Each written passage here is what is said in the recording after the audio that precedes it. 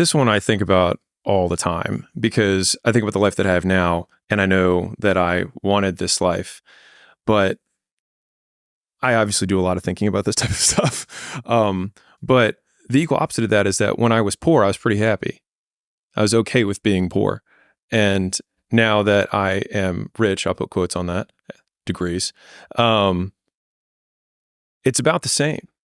And so then it just goes down to, well, then the richness had nothing to do with the level of contentedness, which means that my wants in past and present and future all go into the bucket of irrelevant in terms of their ability to affect my perception of reality in the present.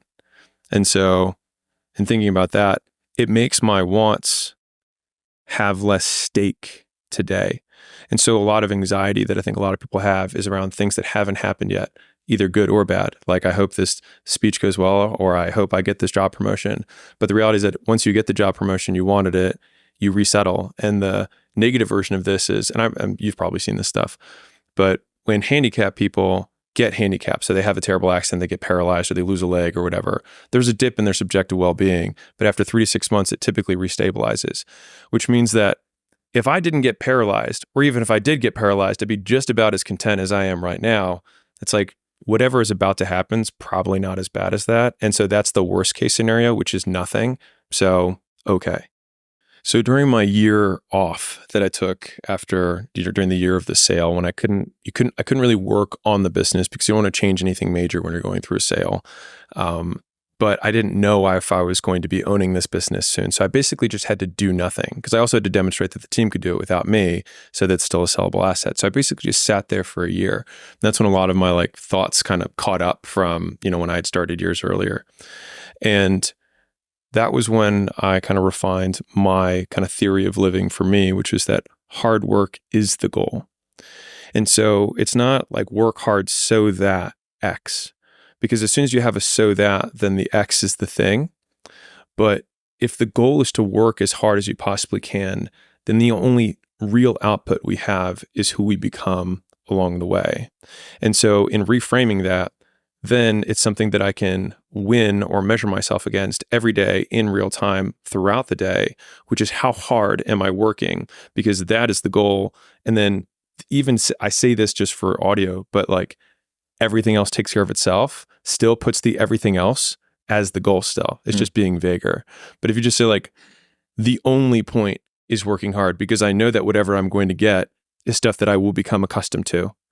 And the, I guess, opposite of the hedonic treadmill is the resilience piece is that my ability to work hard itself is growable. And so I just need to keep my RP, my rate of perceived exertion, at 8 or 9 or 10, because I know that when I look back on my life, the days that I loved the most were days when I had nothing left in the tank. And there's this thing that Jesse Itzler has this, and I love it. I hate him for having it because it's so fucking good. But he taught it to his kids, which is they have a little zero, means that there's nothing left in the tank. And when they finish a race or they do whatever, it's like, did you leave anything in the tank? And I thought about that, and the best days of my life were ones when I had nothing left in the tank. And so then the goal becomes to empty the tank, not where I drive, but just to drive the car as hard as I possibly can.